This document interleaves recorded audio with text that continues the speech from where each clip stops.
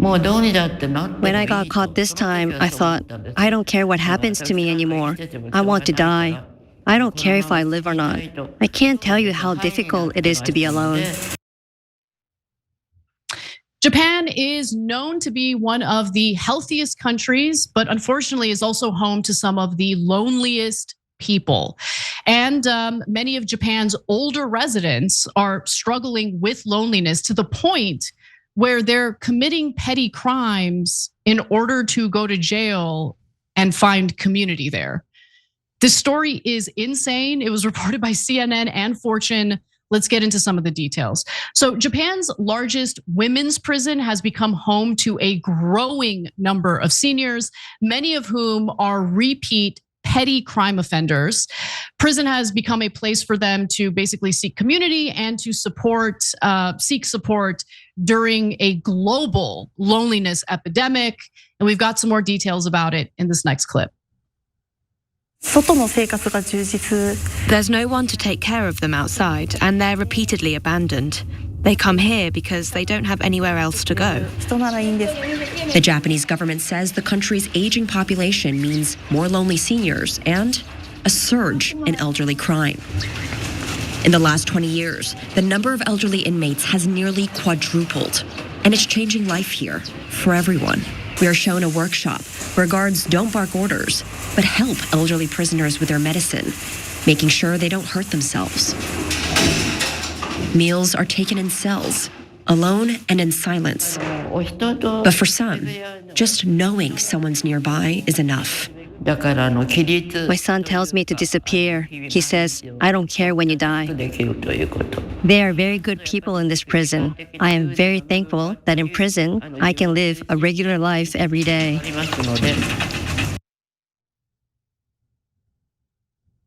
I want to find her son and just have a polite conversation with him. Yeah. Wow. I have a sense that conversation wouldn't be so polite.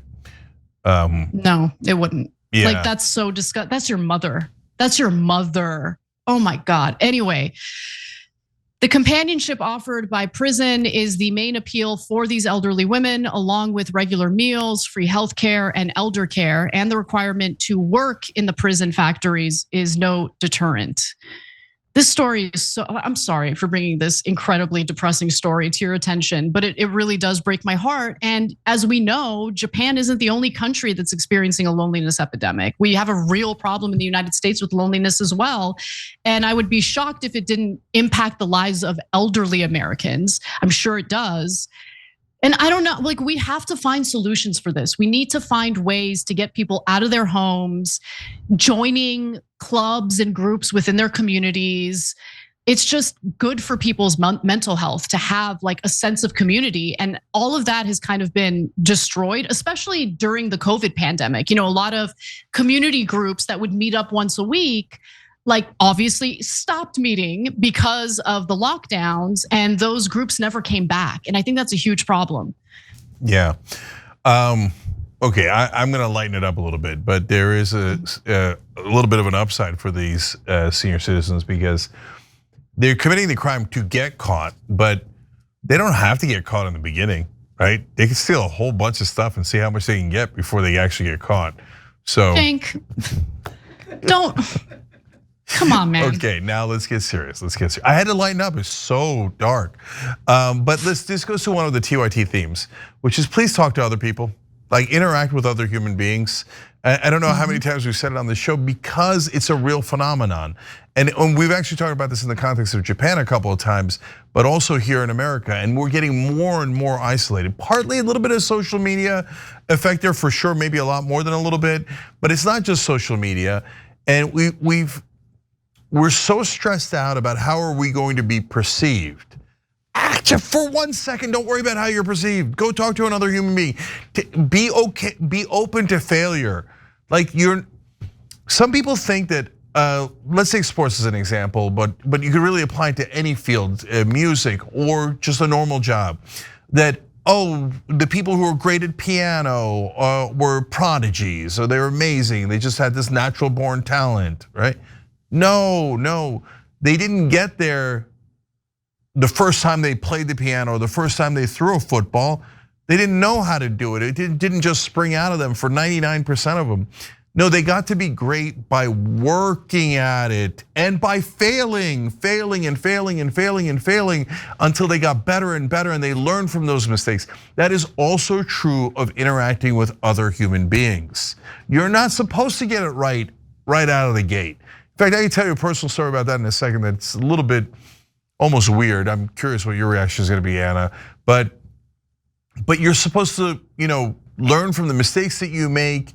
But we're so worried about getting hurt that we don't bother even taking the first step. So that's why I really want to push beyond that for everybody. So that jail looks like it basically has turned into a senior citizen center, and it's obviously super sad that they'd prefer a senior citizen center in jail rather than being alone by themselves. It gives you a sense of the depth of the problem. Finally, me and my kids randomly started watching The Man on the Inside, which is a show on Netflix that has Ted Danson in it, that is about a guy who infiltrates a senior citizen center. And I love that show so much that it made me want to be part of a senior citizen center one day. Because they have a community and they play games, they do all these different things. I was like, man, I'd kill inside there. I mean, look, I definitely want to volunteer at one and dream of a day when I have time to be able to do that. One final detail of the story that I want to share with you all is, one of the officers at the Tochigi Women's Prison says that there are even people who say they will pay 20,000 to 30,000 yen, which amounts to about $130 to $190 a month, to live here forever. There are people who come here because it's cold or because they're hungry. So aside from the loneliness epidemic, some elderly people in Japan are struggling financially and they see going to jail as an option in finding shelter or getting fed and stuff like that. It's really heartbreaking. Okay, so back to fun. Curious what you think of this story. So when I was younger, I was not exactly smooth with the ladies. Whereas that's shocking. I know. Whereas of course I'm an enormously charming guy now. Okay. So how did I get here? Well, I was like, because I don't want you to think like, oh yeah, Cenk, you do a show on air, it's easy for you, you're confident. No, I had no confidence with women when I was growing up, right? And I was super nervous about approaching them. And what I did was I actually said, I thought to myself, okay, you're a nerd, right? And all you nerds, all of us nerds fancy ourselves as smart. Well then, Mr. Smarty Pants, figure out how to talk to girls. So then I started looking at people who were better at it than I was. And I started learning from my friends. And I remember this one story stands out for like no reason at all. But one of my friends was flirting with a girl and he made some jokes about a pen that was just like pointless, right? But she loved it and I was like, oh, it can be about nothing. Interesting. Like I was such a nerd about it. But then I went and did it. And of course I failed the first time and the first 18 times. But then I got better and better and better until you see the man in front of you now. Okay, Cenk,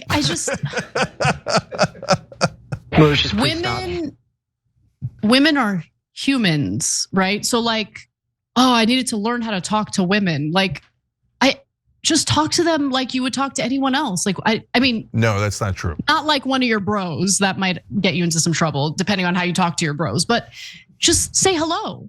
I remember, so I got hit on at the grocery store last year. And the reason why I'm remembering it is because I rarely ever get hit on in person, but I was just looking at butter. Like I was looking at butter at the grocery store.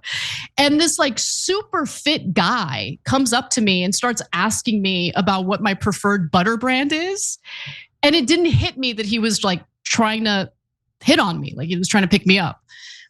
And like we were halfway through this like long conversation when I finally realized, oh, he's trying to pick me up, mostly because he was asking, what are you doing tonight? And I was like, oh, okay. But like, that's the right way to approach a woman. Like if I were single, I would have definitely considered going out with him that night, right? But Then I said, I'm married, so sorry. But he did it exactly right.